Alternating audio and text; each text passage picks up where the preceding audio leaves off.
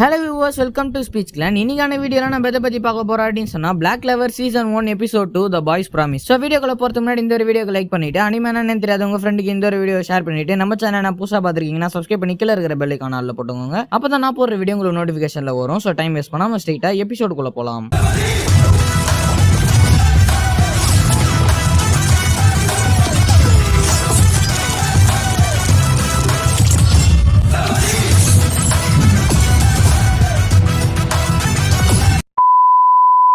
Five leaf green பார்லேருந்து ஒரு ஸ்வாட்ன்றது வெளியே வரும். அந்த ஒரு ஸ்வாடையுமே நம்ம ஹாஸ்டா எடுத்தோம். வாய்ஸ்ல இந்த 3 லீஃப் ஃப்ளவர்ன்றது இன்டெகிரிட்டி, லவ் அண்ட் ஹோப் இது மூணுத்தையுமே சொல்லி கொடுக்குதுன்னு சொல்லுவாங்க. அதுக்கப்புறமா 4 லீஃப் ஃப்ளவர்ன்றது குட் லக் கொடுக்க வந்திருக்குது அப்படின்னு சொல்லுவாங்க. கடைசியா இந்த 5 லீஃப் ஃப்ளவர்ன்றது இதுக்குள்ளதான் கிரீன் பார்லோட டெவில் இருக்கு அப்படின்னு சொல்லுவாங்க. பார்த்தா ஹாஸ்டாக்கு பின்னாடி ஒரு சின்ன டெவில் நிக்கிற மாதிரியே காட்டுவாங்க. அது மட்டும் இல்லாம ஹாஸ்டாவோட மூஞ்ச காட்டும் போது ஒரு பயங்கரமான டெரர் லுக்கோட இருப்பான்.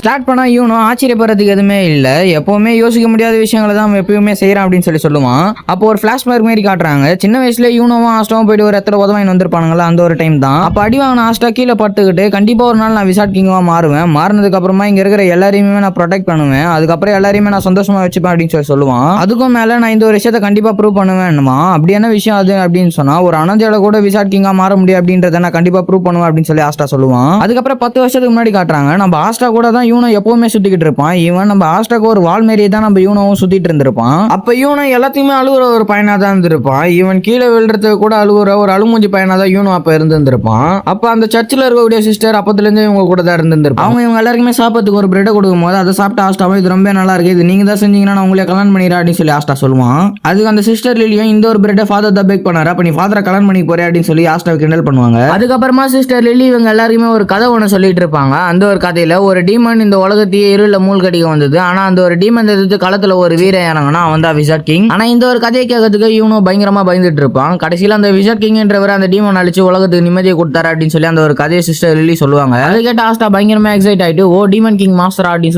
சொல்லுவான். ஃபர்ஸ்ட் எபிசோட்ல இந்த ஊருக்குள்ள ஒரு பெரிய மண்டபோட காட்டி அதுக்கு மேல ஒரு சிலை இருக்கும்ல, அந்த ஒரு சிலை தான் ஃபர்ஸ்ட் விசாட் கிங். அதுக்கப்புறமா இந்த ஒரு மண்டபோட்டுக்கு ஓனர் தான் அந்த டீமன். ஆஸ்டா விசாட் கிங் எல்லாம் இன்னமும் இருக்காங்களா அப்படின்னு சொல்லி சிஸ்டர் லில்லி கிட்ட கேட்பான். அதுக்கு சிஸ்டர் லில்லியும் இருக்காங்க, காலகாலமா இந்த விசாட் கிங்ன்ற டைட்டில் ஒவ்வொருத்தருக்கா மாறிக்கிட்டே தான் போகுது. அவங்க எல்லாருமே அவங்களோட பவர்ஸை யூஸ் பண்ணி மக்களை ப்ரொடெக்ட் பண்றது அவங்களோட வேலையாவே இருக்கும். இவங்க எல்லாம் இருக்கிறதுனால தான் நம்ம கிளவர் கிங்டம் ரொம்ப அமைதியா இருக்கு அப்படின்னு சொல்லுவாங்க. அதுக்கப்புறமா ஆஸ்டா விசாட் கிங் எல்லாம் ரொம்ப இம்பார்ட்டன்ட் அப்படின்னு சொல்லி கேட்கும்போது ஆமா கிங்குக்கு அப்புறமா இவங்க தான் எல்லாமேன்றதை நம்ம சிஸ்டர் லில்லி சொல்லுவாங்க. அப்ப சரி நானும் விசாட் கிங்கா மாற போறேன், இந்த அளவுக்கு ஒரு பவர்ஃபுல்லான டீமனியோ போட்டு தள்ளுறாருன்னா அவர் எந்த அளவுக்கு ஒரு பவர்ஃபுல்லான கூலான ஒரு ஆளா இருந்திருப்பாரு. நானும் அதே மாதிரி ஒரு பவர்ஃபுல்லான கூலான ஒரு ஆளா இருக்க போறேன், அதுக்கும் மேல ரொம்ப இம்பார்ட்டன்டான ஒரு ஆளா நான் இருப்பேன் அப்படின்னு சொல்லி ஆஸ்டா சொல்லுவான். நான் மட்டும் விசாட் கிங்கா மாறிட்டேன்னா எல்லாரையுமே நான் பாசமா பார்த்துப்பேன், அதுக்கப்புறமா நம்ம எல்லாருமே ஒரு நல்ல துணி போடலாம், நல்ல சாப்பாடு சாப்பிடலாம், இந்த அழுக்கு பிடிச்ச சர்ச்சில் இருக்கணும் நம்மளுக்கு எந்த ஒரு அவசியமும் இல்ல, அதுக்கப்புறமா நாமளே இந்த ஒரு சர்ச்சை பெருசா புதுசா காட்டலாம் அப்படின்னு சொல்லி ஆஸ்டா சொல்லுவான். அதை கேட்ட சிஸ்டர் லில்லியும் சின்ன பசங்களோட ஆசை காணப்பட முடியாது, பாரா இவன் அவன் என்னென்னலாம் பேசுறான் அப்படின்னு சொல்லி நம்ம சிஸ்டர் லில்லி சொல்லுவாங்க. அப்படியே கொஞ்ச நாள் போகுது. கரெக்டா டிசம்பர் 12 அன்னைக்கு ஆஸ்டா அவனோட மேஜிக் பவர்ஸ் எல்லாத்தையுமே யூஸ் பண்றதுக்கு ட்ரை பண்ணுவான். ஆனா அவனால எந்த ஒரு மேஜிக் பவர்ஸுமே யூஸ் பண்ண முடியாது. கடைசியா சிஸ்டர் லில்லி கேட்ட துணி காய போறதுக்காக நான் ஹெல்ப் பண்ணுவேன் அப்படின்னு சொல்லி கேட்பான். அதுக்கு அந்த சிஸ்டர் லில்லியும் சிரிச்சுக்கினே வானா அப்படின்னு சொல்லிடுவாங்க. அதுக்கப்புறமா அந்த ஒரு இடத்துக்கு இவனும் ஒரு குழந்தைய கூட்டிட்டு வருவான். கூட்டிட்டு வந்துட்டு இந்த ஒரு குழந்தை அழுதுகிட்டே இருக்கேன், என்னால நிறுத்த முடியல அப்படின்னு சொல்லுவான். அதுக்கு ஆஸ்டாவும் அந்த ஒரு குழந்தைய என் கையில கூட ஃபியூச்சர்ல விசாட் கிங் ஆற போறோம், இதை கூட செய்ய மாட்டானா, இது கூட செய்யலனா அப்புறம் எப்படி நான் மக்களை காப்பாத்துறது அப்படின்னு சொல்லி ஆஸ்டா அந்த ஒரு குழந்தைய வாங்கிப்பான். வாங்கின ஆஸ்டாவும் அந்த குழந்தையோட அழுகையை நிறுத்துறான் அப்படின்னு சொல்லி பயங்கரமா அலப்பறை பண்ணிட்டு இருக்கும் போது சிஸ்டர் லில்லி வந்து குர்ரா அப்படின்னு சொல்லி அந்த குழந்தைய வாங்கி அந்த குழந்தையும் தூங்க வச்சிருவாங்க. அப்புறம் அந்த ஒரு இடத்துக்கு பறந்துட்டே நம்ம ஃபாதர் வந்து எனக்காக ஒரு விஷயம் செய்யறோம், யார் செய்றீங்க அப்படின்னு சொல்லி கேட்பாரு. அதுக்கு நம்ம ஆஸ்டாவும் நான் செய்றேன் கண்டிப்பா நான் செய்வேன் அப்படின்னு சொல்லி ஆஸ்டா சொல்லிட்டு இருக்கும்போது நீ எல்லாம் இதுக்கு சரிப்பட்டு வரமாட்டா அப்படின்னு சொல்லி நம்ம ஃபாதர் வந்து நம்ம யூனோ கிட்ட சொல்வாரு. அதாவது இந்த ஒரு லெட்டரை பக்கத்து ஊர்ல இருக்கிற ஒரு மேயர் கிட்ட நீ கொண்டு போய் சேர்க்கணும். இந்த ஒரு விண்டர்ல நம்மளுக்கு உணவு கட்டுப்பாடு ரொம்ப அதிகமா இருக்கும். இந்த ஒரு லெட்டர் நீ அவர்கிட்ட கொண்டு போய் கொடுத்தனா அவர் நம்மளுக்கு ஃபுட்டுக்கு ஹெல்ப் பண்ணுவாரு அப்படின்னு சொல்லி நம்ம ஃபாதர் வந்து நம்ம யூனோ கிட்ட சொல்லுவாரு. இது ரொம்ப முக்கியமான ஒரு வேலை, இது ஆஸ்டா எல்லாம் கொடுக்க முடியாது, நீ இதை கண்டிப்பா கொண்டு போய் பத்திரமா சேர்த்துருவேன்ற நம்பிக்கை எனக்கு இருக்கு அப்படின்னு சொல்லி நம்ம யூனோவை அந்த ஒரு இடத்த விட்டு அனுப்பி விடுவாங்க. யூனோவும் சந்தோஷமான சீக்கிரமா வந்துடுறான் அப்படின்னு சொல்லி அந்த ஒரு இடத்த விட்டு போயிடுவான். அங்க இருந்து கட் பண்ணி ஒரு ஒயின் ஷாப்பை காட்டுறாங்க. அங்க ஒருத்தனை வெளியே அடிச்சு தோத்துறாங்க. குடிக்கிறது காசுலாம் நீங்க எதுடா உள்ள வரீங்க அப்படின்னு சொல்லி ஒரு நல்லவனா அந்த ஒரு இடத்துல இருந்து அடிச்சு தோத்துறாங்க.